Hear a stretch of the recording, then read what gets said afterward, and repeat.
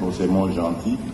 Et je rebondis d'ailleurs sur ce qu'il a dit pour vous prier de m'excuser parce qu'après mon intervention et les réponses que j'obtiendrai, je devrais me retirer. Je suis en retard de plus de 2 heures pour un événement, et même 2 événements que je dois présider. Voilà.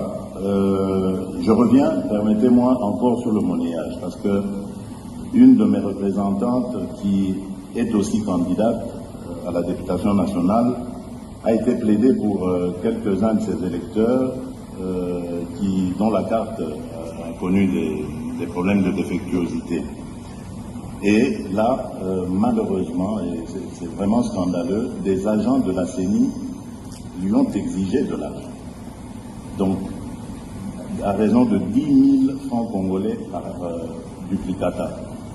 Je vous prie, Monsieur le Président, de tout mettre en œuvre pour non seulement définitivement éradiquer ce genre de pratique, mais aussi trouver ce genre de responsables et de les sanctionner sévèrement. Parce que ça commence comme ça et on ne sait pas comment ça va finir.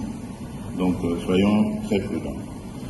Alors, je voudrais aussi faire une autre observation à propos du décalage horaire entre la zone ouest et la zone est.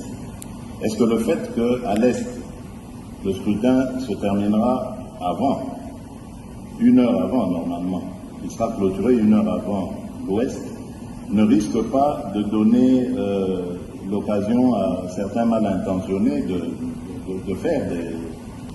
je pensais ici, par exemple, à 1 heure conventionnelle, uniquement pour ce jour-là, d'avoir une même zone horaire sur toute l'étendue du territoire national. Serait-ce possible d'en arriver là? Et ainsi, on pourrait commencer à 6 heures pour tout le monde, 6 heures à Kinshasa, en supposant par exemple qu'à l'Est, pendant qu'il sera 7 heures, on ramène l'heure à 6 heures aussi, et on le fait. Donc on le voit par exemple en Europe, il y a des moments où on passe à l'heure d'été et à l'heure d'hiver. Donc c'est possible, c'est une convention, il suffit simplement de se mettre d'accord tous ensemble. Et ainsi, il n'y aura pas de suspicion ci et là. Alors, quelqu'un a posé cette question ici. Comment est-ce que vous entrevoyez la gestion de l'ouverture des bureaux de vote?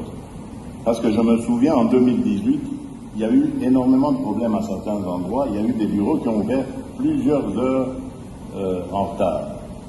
Et surtout, lorsqu'il y a des intempéries, comme la pluie, ça entraîne aussi encore ce genre de retard. Est-ce que vous êtes suffisamment paré à de telles éventualités et est-ce que nous pouvons espérer que tous les bureaux de vote ouvriront à la même heure leurs portes?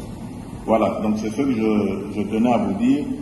J'attends donc votre réaction, Monsieur le Président, avant de pouvoir me retirer. Je m'excuse en tout cas encore une fois auprès de mes collègues candidats, mais le devoir m'appelle.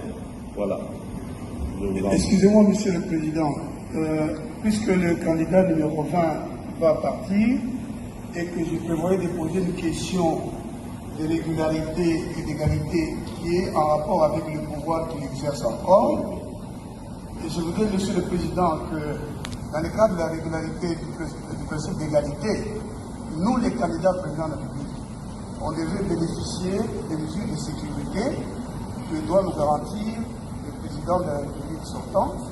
Et je voudrais qu'il nous dise, avant de partir, quelles sont ces mesures. Parce que si nous sommes égaux en tant que candidats, mais nous ne sommes pas réalité, parce que pour que le président candidat arrive ici, la route était barricadée partout et il a pu arriver tranquillement. Mais nous, on était dans des embouteillages, il a fallu négocier. Mais si, dans le cas des mesures qui sont prévues, on peut nous assurer aujourd'hui que nous aurons le nombre de gardes, mais aussi un véhicule pour les policiers qu'on aura, un véhicule gyrophare pour nous ouvrir la route. Pendant le temps que nous sommes candidats, ce serait juste, ce seraient des petites mesures qui réaliseraient l'égalité. Je pense que le président de la République sortant qui a encore le pouvoir, peut nous les garantir à tous pour réaliser cette régularité et cette égalité. Je vous remercie. Heureusement, pas moi qui organise cela. Je crois que c'est le ministère de l'Intérieur. Sous vos ordres. Aussi les comportements de gouverneurs dans des provinces qui interdisent le meeting, le réunion. Si les chefs de l'État, les présidents... S'il vous plaît, suivons l'ordre, je vous en prie.